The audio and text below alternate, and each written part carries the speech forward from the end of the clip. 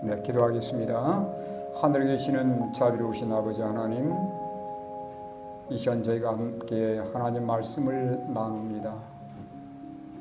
저희들의 심령 속에 말씀해 주시고 다시 한번 하나님의 교회의 일원으로서 우리가 해야 할 의무가 무엇인지를 새롭게 인식하는 귀한 시간 되게 축복하여 주시옵소서.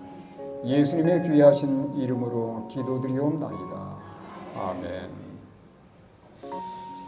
오늘 말씀의 제목입니다. 교회 다시 부흥할 수 있는가? 라는 제목으로 여러분께 말씀을 드리도록 하겠습니다. 여러분, 제목만 보니까 부흥할 수 있을 것 같습니까? 아니면 불가능할 것 같습니까? 얼마든지 교회는 다시 부흥할 수 있다는 그 의미로 여러분이 받아들이면 되겠습니다. 그럼 과연 어떠할 때 교회는 다시 새롭게 영적으로 부흥될 수 있는지 하나님 말씀을 통해서 저희들이 살펴보도록 하겠습니다. 사도행전 1장 12절로 14절의 말씀을 제가 읽겠습니다. 제자들이 감람원이라 하는 산으로부터 예루살렘에 돌아오니, 이 산은 예루살렘에서 가까워 안식일에 가기 알맞은 길이라.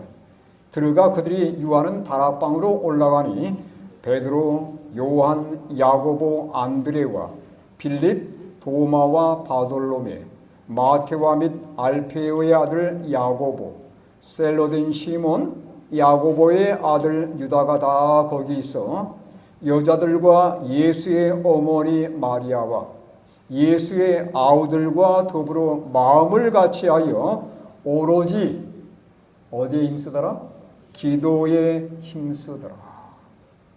여러분, 이 말씀을 여러분이 깊이 묵상해 보시면 하나님의 교회가 어떻게 영적으로 다시 소생될 수 있는지, 부흥될 수 있을지 그 비결을 배우게 될 것입니다. 여러분, 제자들이 어디에서 돌아왔다고 말씀하고 있습니까? 감람원이라는 산으로부터 예루살렘에 돌아왔다라고 말씀하고 있습니다. 무슨 일이 있었습니까? 예수님께서 부활하셨어요. 그리고 40일간 제자들과 함께 이 땅에 거하셨습니다.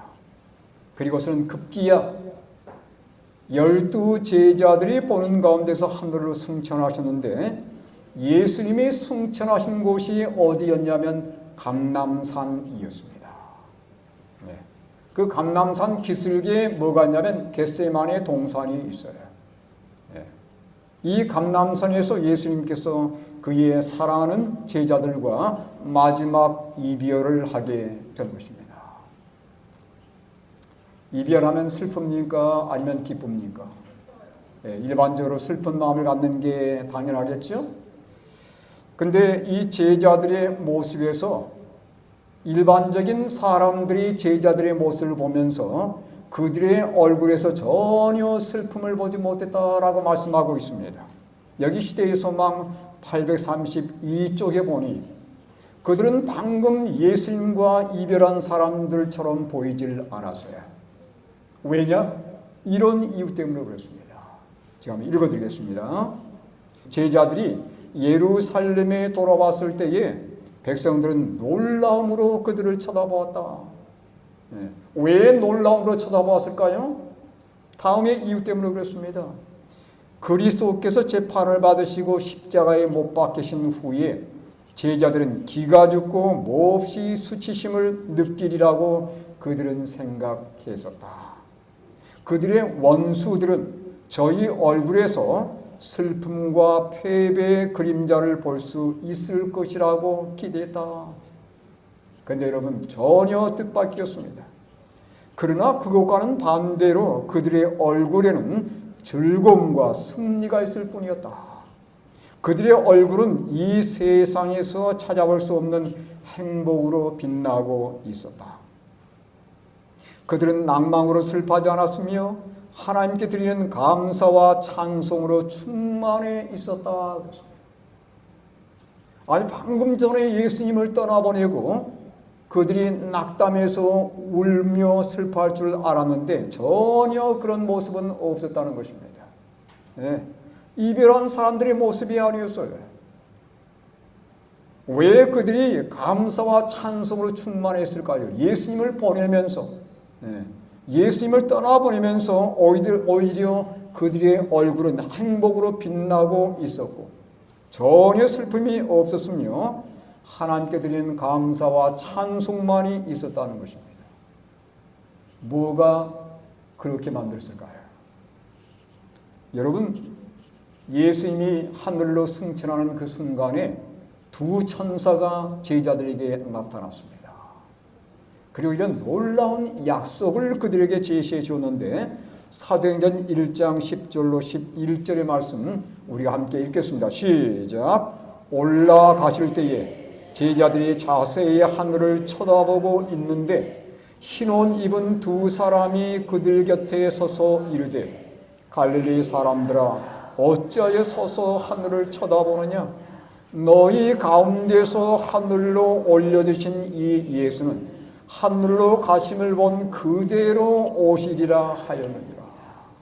네. 예수님은 이제 구름에 쌓여서 보이지 않습니다. 근데 그들이 여전히 예수님의 마지막 모습을 목격하는 그 시점에 두 천사가 그들에게 나타난 거예요. 그래서 기별하기를 뭐라고 말씀합니까? 너희 가운데서 하늘로 올려주신 이 예수는 하늘로 가심을 본 그대로 어떻게 할 거라고요? 올 거라는 약속이었어요. 그러니까 예수님과 헤어지는 마당에서 그들이 들었던 약속은 재림의 약속이었습니다. 예수님께서 영원히 떠나가시는 것이 아니라 반드시 언젠가 올 거라는 그 약속을 그들에게 다시 한번 상기시켜 준 거예요. 네. 그 말씀을 듣는 순간에 그들이 어떤 약속을 기억했을 것 같습니까? 요한복음 14장 1절로 3절의 약속을 분명히 기억했을 것입니다. 예수님께서 그 제자들에게 다락방을 나서시면서 이런 귀한 약속을 주셨거든요. 요한복음 14장 1절로 3절의 말씀인데 너희는 마음에 근심하지 말라. 근심하지 말라고 말씀하셨잖아요. 그러면서 이어서 뭐라고 말씀하시냐면 하나님을 믿으니 또 나를 믿으라. 내 아버지 집에 거할 곳이 많도다. 그렇지 않으면 너희에게 일렀으리라. 내가 너희를 위하여 거처를 예비하러 가노니 가서 너희를 위하여 거처를 예비하면 네가 다시 와서 너희를 내게로 영접하여 나 있는 곳에 너희도 있게 하리라. 혹시 여러분 세상에 여러분 소유의 집이 없을지라도 근심하지 마시기 바랍니다. 슬퍼하지 마시기 바랍니다. 예수님께서 뭐라고 말씀하냐면 이제 머지않아서 너희를 다 하늘로 옮겨서 하늘의 영원한 집에서 함께 있게 하겠다는 예수님의 귀한 약속입니다. 네. 예수님이 승천하는 그 순간에 그들이 이 약속을 기억한 거예요. 이분께서 분명히 오실 거라는 이 약속이 그들의 마음에서 예수님과의 이별에 대한 모든 슬픔을 다 제거해버린 것입니다. 자, 예수님을 떠나보내고 그들이 어디에 모였습니까? 다락방에 다시 모이는 거예요. 그들은 예수님을 떠나보내고 흩어지지 않았습니다. 그들은 예수님을 보낸 다음에 그들이 함께 모인 곳이 어디였냐면 예전에 예수님과 즐겨 만났던 다락방이었습니다. 다락방에 올라갔을 때 그들의 기억 속에 아마 이 장면이 떠올랐을 것입니다. 뭐 했던 장면이에요? 예수님께서 친히 그들의 발을 씻어줬던 그 장면. 그리고 그분의 몸과 피를 상징하는 떡과 포도즙을 함께 나누셨던 그 장면. 이 장면들이 마치 주마등처럼 지나갔을 거예요. 네. 마치 예수님께서 그 자리에 계신 것 같은 느낌이 들었을 겁니다. 네. 그러면서 그들이 결코 잊지 않았던 예수님의 마지막 말씀. 재림에 대한 약속을 주기 전에 예수님께서 그들에게 주었던 권면의 말씀이었어요.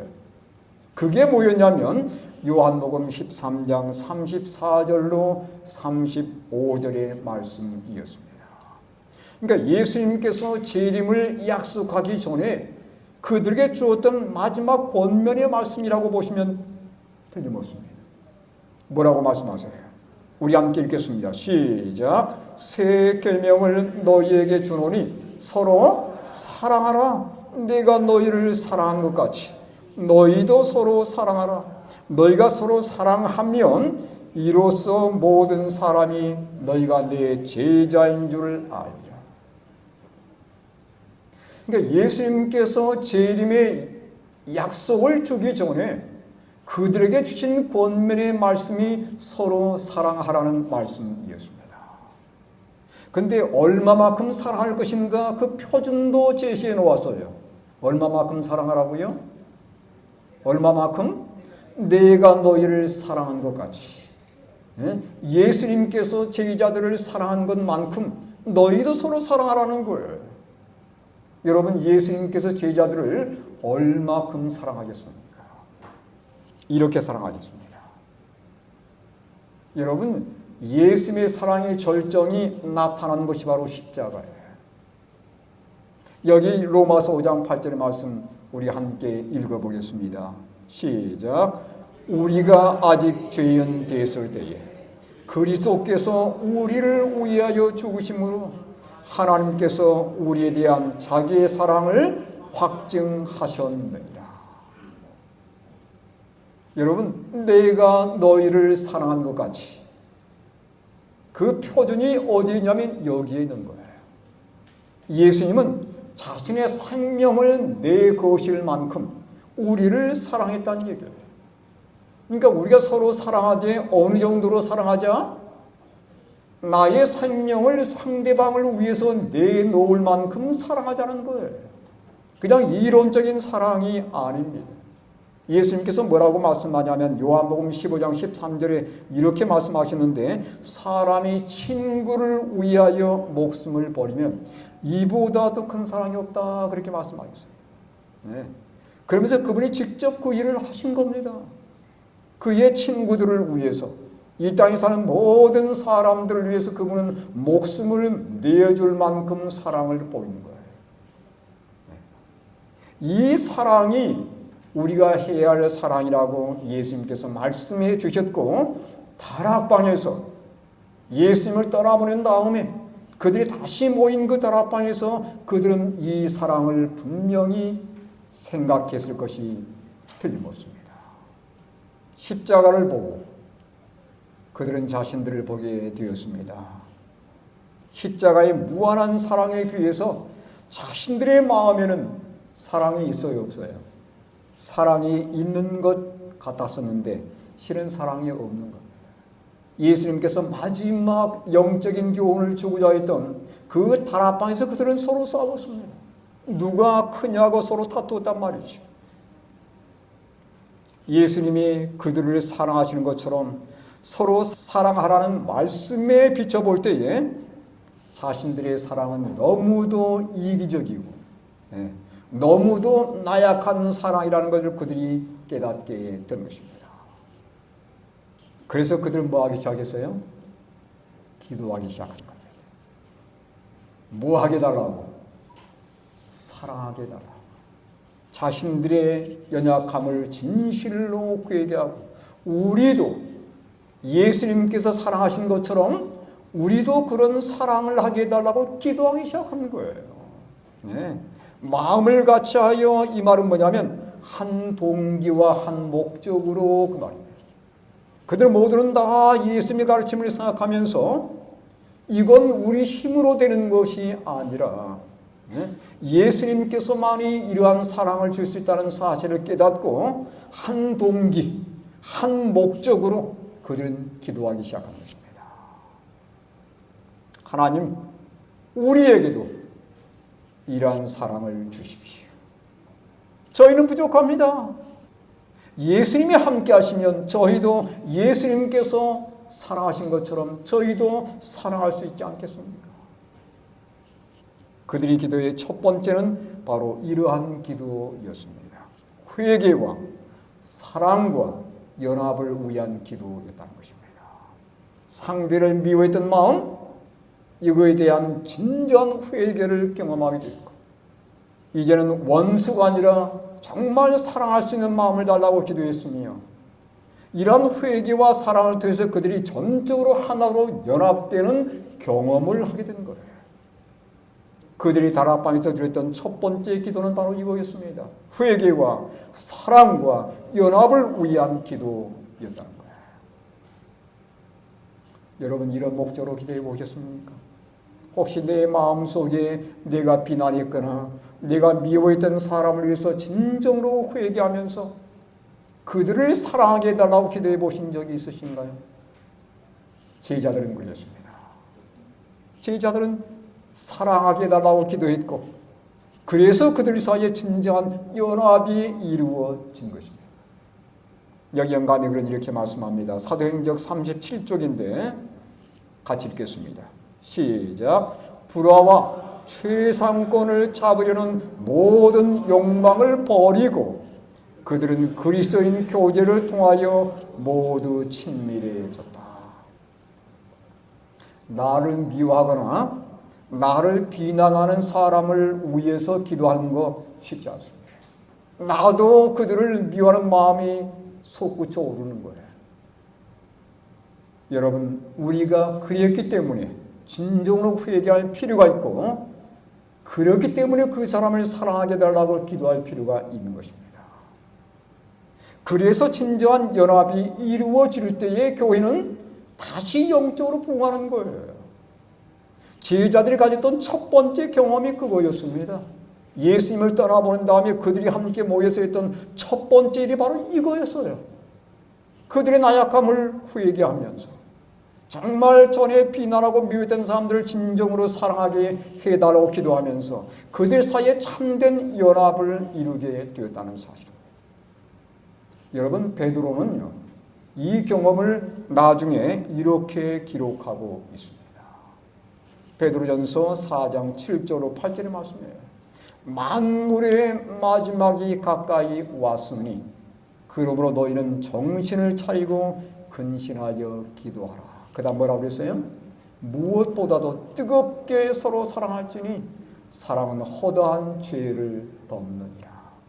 예수님께서 재림에 대한 약속을 하시기 바로 전에 서로 사랑하라고 권면했잖아요.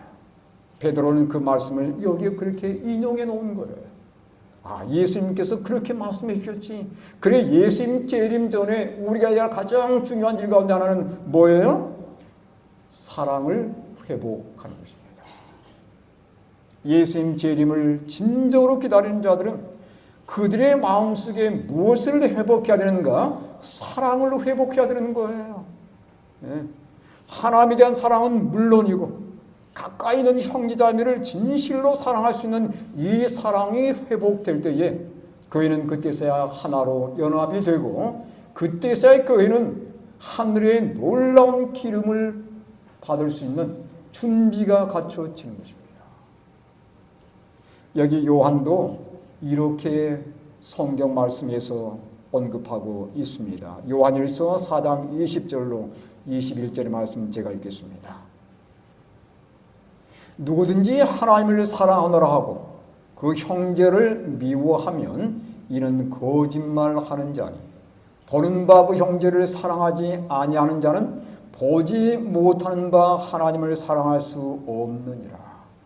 우리가 이 계명을 주께 받았나니 하나님을 사랑하는 자는 또한 그 형제를 사랑할지니라. 여러분, 하나님을 사랑하십니까? 오늘 이 자리에 모신 모든 분들은 하나님을 사랑하기 때문에 교회에 모이신 분들이에요. 근데 그 사랑을 우리가 어떻게 표현해야 할 것인가? 내 가까이 있는 성도들을 진정으로 아우르고 그들을 사랑하는 이러한 모습을 통해서 표현하는 것입니다. 네. 가까이 있는 성도들을 미워하고 그들을 사랑하지 못하면서 결코 예수님을 사랑한다고 말할 수 없다는 거예요. 여러분, 재림 전에 우리가 회복해야 할 가장 중요한 신앙상의 특성은 사랑을 회복하는 것이에요. 네. 예수님에 대한 사랑은 물론이고 우리의 근처에 있는 사람들을 진실로 사랑하는 것, 이것이 우리가 재림을 위한 최고의 준비 가운데 하나임을 결코 잊지 않게 되길 바랍니다. 이게 교회가 새롭게 일어설 수 있는, 새롭게 부흥되고 새롭게 발전될 수 있는 그러한 첫 번째 계단이 되는 거예요. 이러한 사랑과 연합을 통한 이 경험이 없이는 결코 교회는 향상될 수 없다는 것을 여러분 기억하시길 바랍니다. 두 번째 그들이 기도했던 게 있습니다. 무엇을 위해서 기도했는가? 성령 강림과 복음 전파를 위해서 그들은 기도했습니다. 이게 두 번째 기도예요. 연합된 다음에 그들은 이 연합의 힘을 가지고 무엇에 에너지를 쏟을 것인가? 영혼 구원 사업에 그들의 힘을 쏟고자 그들은 하나로 연합하게 된 것입니다. 예수님께서 그들에게 성령 강림과 함께 복음 전파에 대한 귀한 약속을 승천하기 바로 직전에 언급해 주셨습니다. 사도행전 1장 8절에 읽겠습니다. 시작. 오직 성령이 너희에게 임하시면 너희가 권능을 받고 예루살렘과 온 유대와 사마리아와 땅 끝까지 이르러 내 증인이 되리라 하시니라. 여러분, 예수님께서 성령을 약속하시면서 너희가 성령 받으면 어떻게 할 거라고 했습니까? 성령을 약속한 가장 중요한 이유는 죽어가는 사람들에게 하나님의 생명의 복음을 증거하도록 하기 위한 것이었다는 거예요. 예수님은 승천했습니다. 예수님이 승천한 다음에 오순절까지 며칠 남았습니까? 며칠 남았을까요? 딱 열흘 남아 있었습니다. 10일 동안의 공백이 있었어요. 네. 오순절이 되면 수많은 사람들이 예루살렘에 모일 것입니다. 예수님에 대한 기별을 증거할 수 있는 가장 좋은 기회입니다. 그분께서 이 땅에 오셔서 우리 모든 인류를 위해 죽으셨고 그분께서 부활하셨으며 급기야 하늘로 승천하셨는데 그분이 하늘집을 준비한 다음에 다시 올 거라는 이 놀라운 약속과 이 복음을 증거할 수 있는 절호의 기회예요. 세계 곳곳에서 사람들이 모여들 것입니다. 네. 그러니까 열흘 후에 정말 오순절이 오는데 이때 하나님의 복음을 사람들에게 증거하려면 뭐가 필요한 거예요? 성령이 필요한 겁니다. 자신들의 힘으로 너무도 부족한 거예요. 성령께서 함께 하시면 이 모든 일이 가능하다는 걸 그들이 깨닫고서 성령의 능력을 간절히 기도한 것입니다. 하나님, 오순절이 다가오고 있습니다. 네. 수많은 유대인들이 모이는 그러한 대명절입니다. 하나님의 복음을 그들에게 증거해야 되겠습니다. 그런데 우리는 너무도 숫자가 부족하고 그 많은 사람들에게 예수의 복음을 증거하는데 저희들은 용기도 없습니다. 복음을 그들에게 증거할 수 있도록 저희들에게 성령의 능력을 주십시오. 주님 약속하지 않았습니까? 이 약속을 붙들고 그들이 간절히 기도한 거예요. 영감이 그럼 그들의 기도에 대해서 이렇게 말씀하고 있습니다. 사도행전 37쪽의 말씀인데 이 준비의 날들은 깊이 마음을 살피는 날들이었다. 제자들은 영적인 필요를 느끼고서 저희를 영혼 구원 사업에 적합하게 해줄 거룩한 정열을 달라고 주께 부르짖었다. 그들은 단순히 자신을 위한 축복을 구하지 않았다. 그들은 영혼 구원에 대한 부담에 눌려 있었다. 그 다음 보세요. 그들은 복음이 세상에 전파되어야 할 것을 깨닫고 그리스도께서 약속하신 능력을 간구하였다. 그 약속하신 능력이 뭐예요? 성령의 능력인 거예요. 네? 복음 전파에 하나님의 능력이 정말 필요한데 성령께서 역사해야만 이 복음을 증거할 수 있는 것입니다. 그래서 성령의 능력을 위해서 간절히 기도하는 거예요. 여러분, 성령 강림을 받기 위한 조건이 있습니다. 네, 제가 아까 말씀드렸죠? 그건 바로 뭐냐면 회개와 사랑과 연합이 먼저 있어야 한다는 사실이에요. 성령의 비가 쏟아지려면 하늘의 모든 구름들이 모여야 되는 것입니다. 그래야 비가 쏟아지는 것이에요.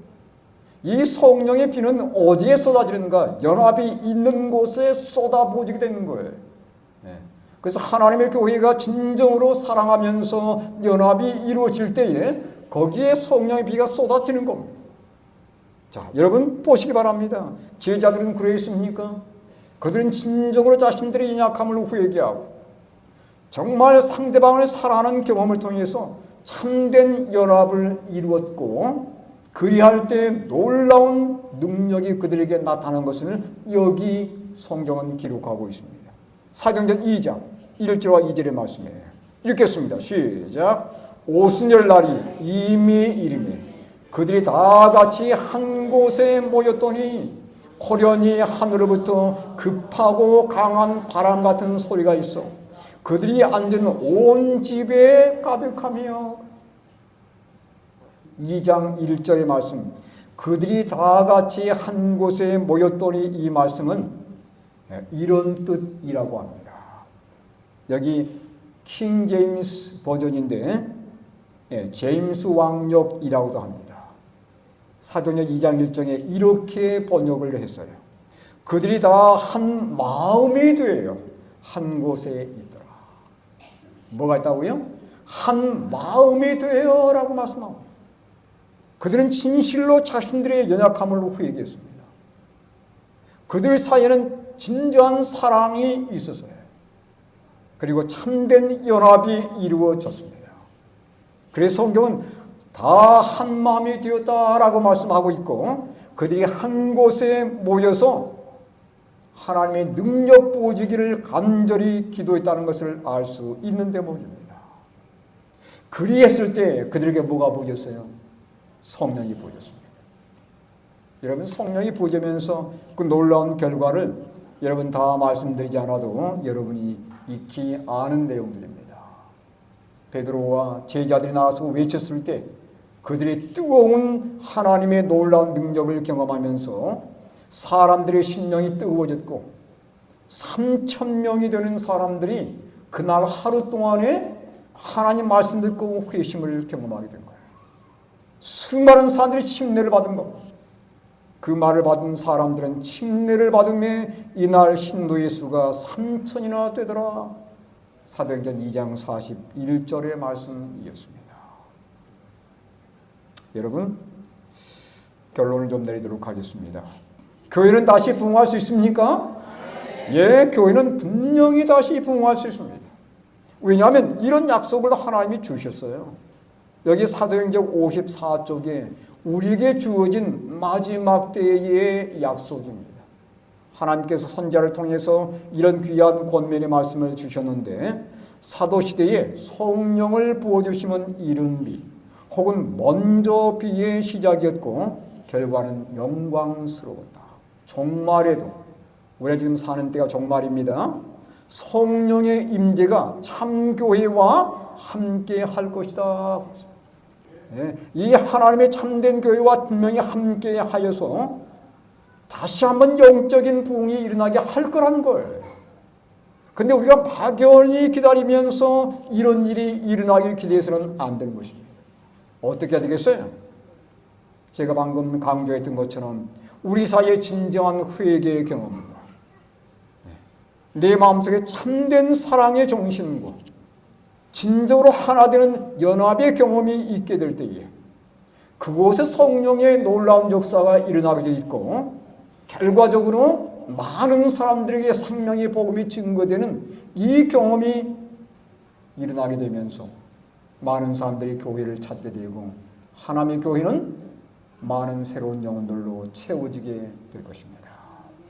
이 한 해 동안에는 우리가 더 많이 기도하면서 정말 우리 가운데 참된 사랑의 정신이 충실하도록 내 개인적인 능력으로는 사랑할 수 없지만 하나님의 영이 역사하게 되면 우리는 사랑할 수 있잖아요. 그리고 연합할 수 있지 않습니까? 이건 우리가 해야 할 일인 거예요. 이러한 사랑과 연합이 이루어지게 되면 그리고 우리가 간절히 하나님의 성령을 구하게 될 때는 하나님께서 우리 안에 성령을 보내셔서 우리 심령이 뜨거워지고 우리 주변 사람들에게 하나님의 복음을 증거하면서 이 교회가 새로운 영혼들로 가득 채워질 것이라고 저는 확신합니다. 올해 우리가 진정 이러한 사도행전의 경험을 통해서 다시 한번 부흥을 꿈꾸고 부흥을 경험하는 우리 모든 교회, 우리 모든 성도들 되기를 간절히 바라면서 말씀을 마치겠습니다.